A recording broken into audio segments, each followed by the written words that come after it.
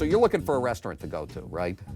Yeah. Okay. I am going to suggest Michael's Deli in Brookline. You're a Let's do deli. it. You're a deli guy, right? The fact that you're drinking a cream soda speaks well of you, sir. Cheers.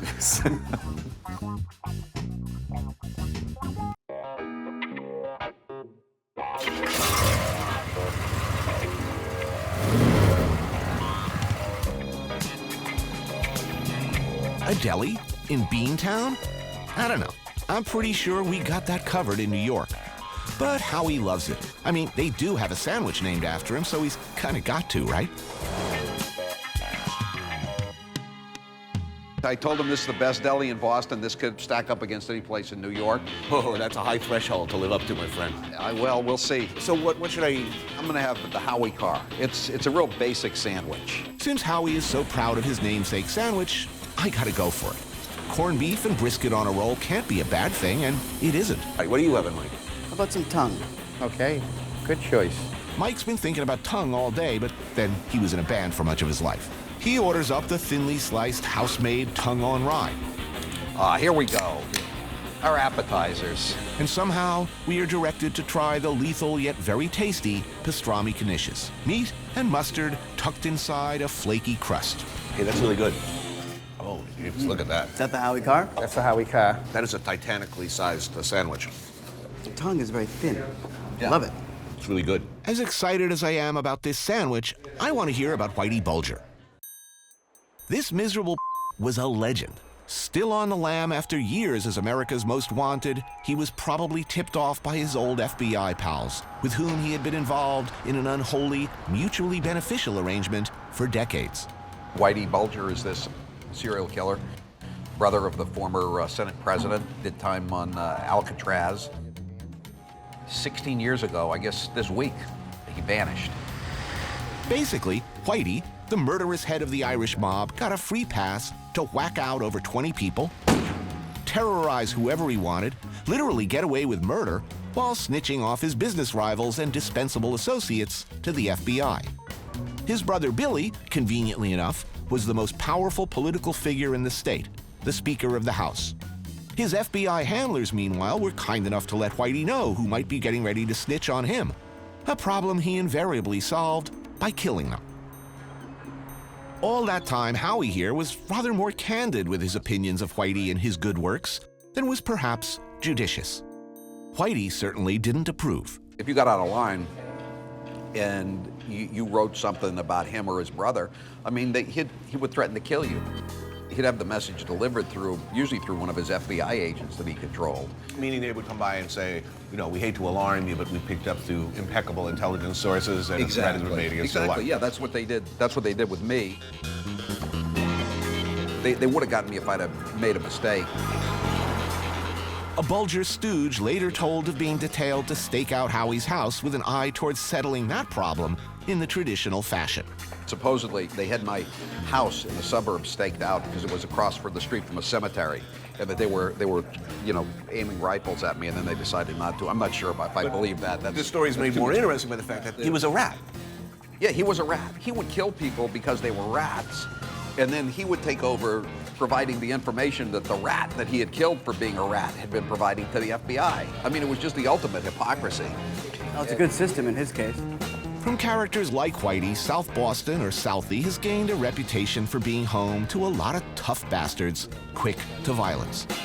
But if it's a savage, epic bloodletting, the kind of memorable ass-kicking humiliation you'll remember for the rest of your life you're looking for, this would be the place to find it.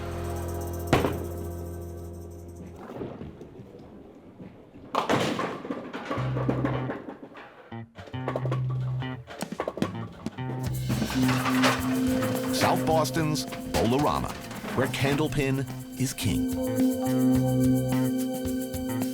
The balls are smaller. Insert Stallone joke here. The pins are skinny, and it's harder, much harder, to knock them all down. That was a good shot. Thank you. The Kings, as locals call it, has been a Southie institution since the 30s, and its inner workings regularly eat up the fingers of the guy who fixes them. Anthony, we're gonna go easy on him today, you know? We meet up with Jackie and Shane. members of the King's Candlepin Bowling League, for a friendly game. I just hope Mike has more experience with the sport than me. I'm counting on your deep roots in this area to bail me out. I will dig deep. Deep roots Fine, are deep roots are from where? Hang him. Hang him. Oh, okay. All right, hey, people from Hingham that come to Southie, watch out. You'll get a beer and a beating. Right. I've had both. Recently. How about $1? A friendly wager of a round of beers with some friendly locals, and Mike and I get down to it. There we go. There we go. Yeah! You have a cheering section? Oh, that's not right. Turns out, Jackie and Shane here do not suck at this game. And my friend Mike here may have left me with the impression of, I don't know, more inner city roots and frankly bowling freaking experience. You nervous? Probably. I'm consumed with terror. I'm browning my shorts right now. And my fear was well-founded. Mike and I bowl gutter ball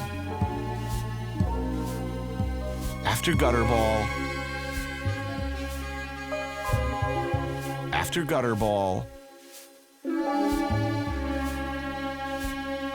after gutter ball. We're whipping up a virtual suck storm, and the local Red Sox fans hooting and heckling from 6 lanes down ain't helping my concentration. Hey, Jeter wouldn't do that. Oh, that's low. My name, by the way, is not Jeter, sir. How's it feel to be beaten by a woman, Anthony? Have you met my wife? We can put the bumpers up for you if you want. Oh, rubbing it in. Oh. Luckily, I find a way to improve my game. Hey, Anthony, any little side bet you want to make?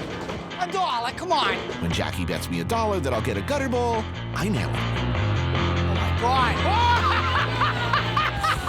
A little better. No dollar, gutter.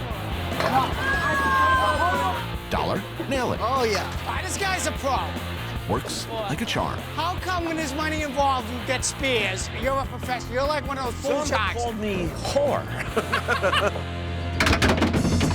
A brief, all too brief run of luck, followed by, let's call it what it is, a crushing and shameful defeat of the worst kind. Oh, just so you guys know, you lost by 51 points. Is that bad? 158 to 107. Don't forget the beers. Oh, no, we won't forget the beers. I can have the beers for the winners. I spray paint Bucky Dent's name on the men's room toilet stall on the way out, but it's small satisfaction after the anal rampage on the lanes. We head out into that good night, hoping to find refuge in a pint or three and the warm embrace of someone named Dr. McGillicuddy.